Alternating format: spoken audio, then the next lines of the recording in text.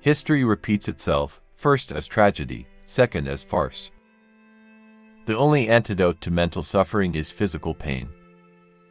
Workers of the world unite. You have nothing to lose but your chains.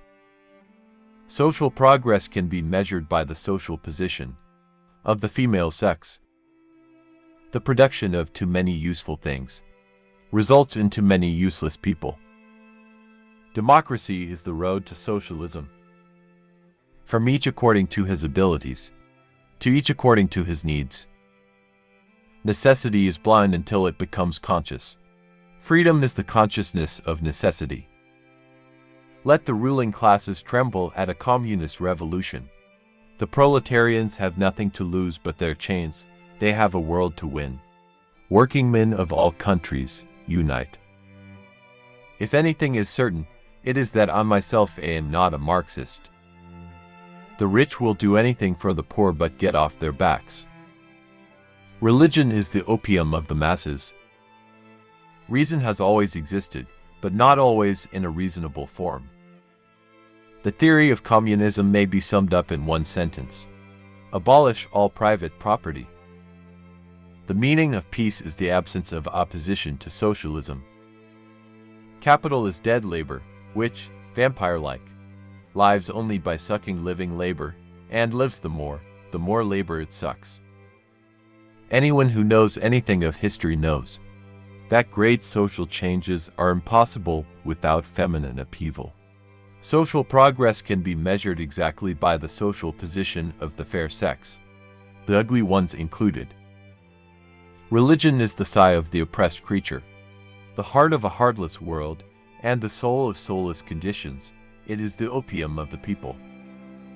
Society does not consist of individuals, but expresses the sum of interrelations, the relations within which these individuals stand. The first requisite for the happiness of the people is the abolition of religion. Nothing can have value without being an object of utility. The writer must earn money in order to be able to live, and to write, but he must by no means live and write for the purpose of making money. Medicine heals doubts as well as diseases. For the bureaucrat, the world is a mere object to be manipulated by him. Religion is the impotence of the human mind to deal with occurrences it cannot understand. Revolutions are the locomotives of history.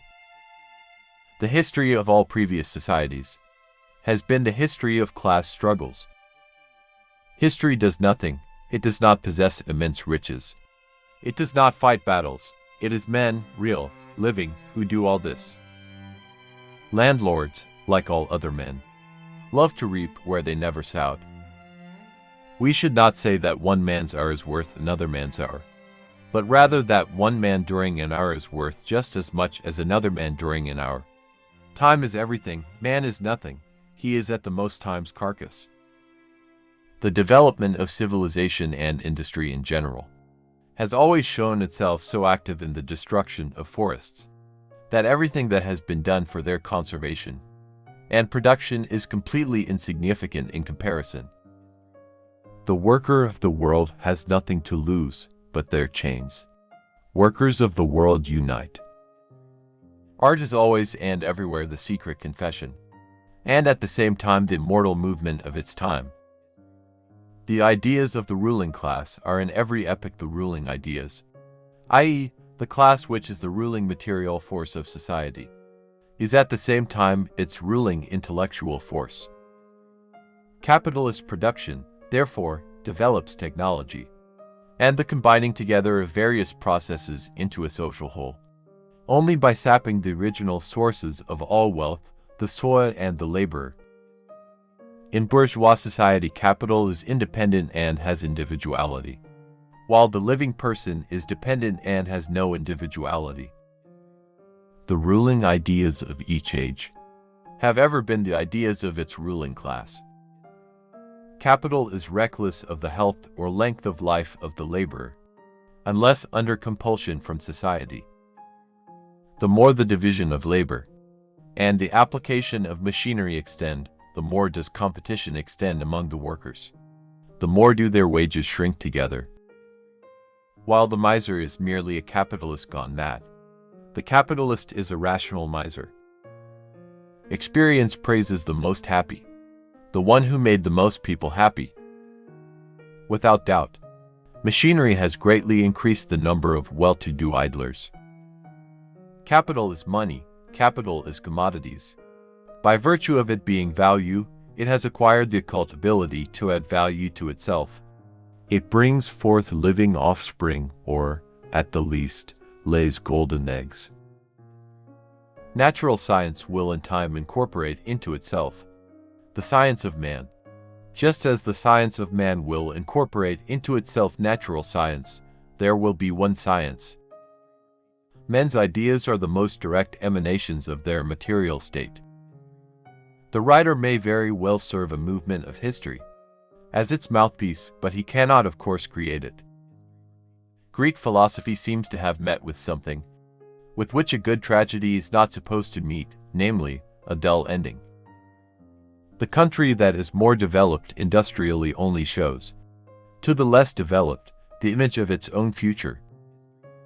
A commodity appears at first sight an extremely obvious, trivial thing, but its analysis brings out that it is a very strange thing, abounding in metaphysical subtleties and theological niceties. A specter is haunting Europe, the specter of communism. Machines were, it may be said, the weapon employed by the capitalists to quell the revolt of specialized labor. The human being is in the most literal sense a political animal, not merely a gregarious animal, but an animal which can individuate itself only in the midst of society. The English have all the material requisites for the revolution. What they lack is the spirit of generalization and revolutionary ardor. The product of mental labor, science, always stands far below its value, because the labor time necessary to reproduce it has no relation at all to the labor time required for its original production. On a level plane, simple mounds look like hills, and the insipid flatness of our present bourgeoisie is to be measured by the altitude of its great intellects. There is a specter haunting Europe, the specter of communism. It is not history which uses men as a means of achieving, as if it were an individual person, its own ends. History is nothing but the activity of men in pursuit of their ends. In a higher phase of communist society, only then can the narrow horizon of bourgeois right be fully left behind, and society inscribe on its banners, from each according to his ability, to each according to his needs. It is absolutely impossible to transcend the laws of nature. What can change in historically different circumstances is only the form in which these laws expose themselves. Karl Marx was a German philosopher, economist, and political theorist who is best known for his influential works on socialism and communism.